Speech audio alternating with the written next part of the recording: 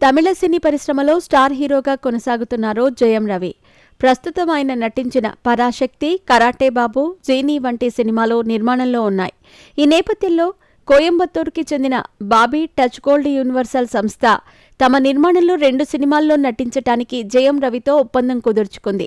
ఈ సినిమాల కోసం 2025 జనవరి నుంచి మార్చి వరకు 80 రోజుల పాటు కాల్షీట్లు ఇచ్చారు రవిమోహన్. ఆయన కాల్షీట్ కేటాయించిన తర్వాత కూడా షూటింగ్ ప్రారంభం కాకపోవడంతో ఆయన ఇతర చిత్రాల్లో నటించలేకపోయారు. ఇక తానిచ్చిన కాల్షీట్ కాంట్రాక్ట్ గడువు ముగిసినందున రవిమోహన్ ఈ సినిమా నుండి బయటకు వెళ్లినట్టు సమాచారం. ఈ క్రమంలో సినిమాలో నటించడానికి తీసుకున్న 6 కోట్ల రూపాయల అడ్వాన్స్ను తిరిగి ఇవ్వటానికి రవి నిరాకరించినట్టు తెలుస్తోంది. దీంతో 6 కోట్ల రూపాయలను తిరిగి చెల్లించాలని ఆదేశించాలని కోరుతూ బాబీ టచ్ గోల్డ్ సంస్థ హైకోర్టును ఆశ్రయించింది.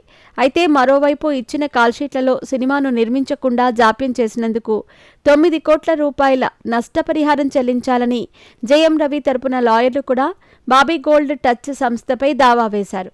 ఈ 2 కేసులు జస్టిస్ అబ్దుల్ కుద్దూస్ ముందు విచారణకు వచ్చాయి.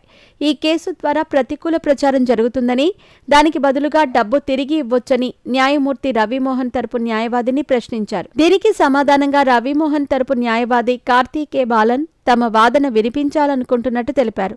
తదుపరి సినిమాలో నటించేటప్పుడు డబ్బు తిరిగి ఇస్తామని చెప్పినా నిర్మాణ సంస్థ అంగీకరించలేదని, ఇచ్చిన కాల్షీట్లను కూడా ఉపయోగించలేదని ఆయన అన్నారు.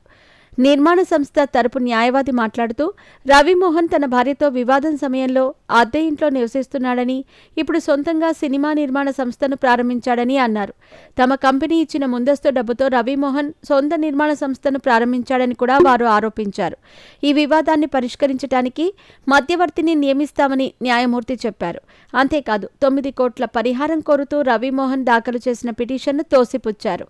నటుడు రవిమోహన్ 5,90,00,000 ఆస్తి హామీని దాఖలు చేయాలని న్యాయమూర్తి ఆదేశించారు.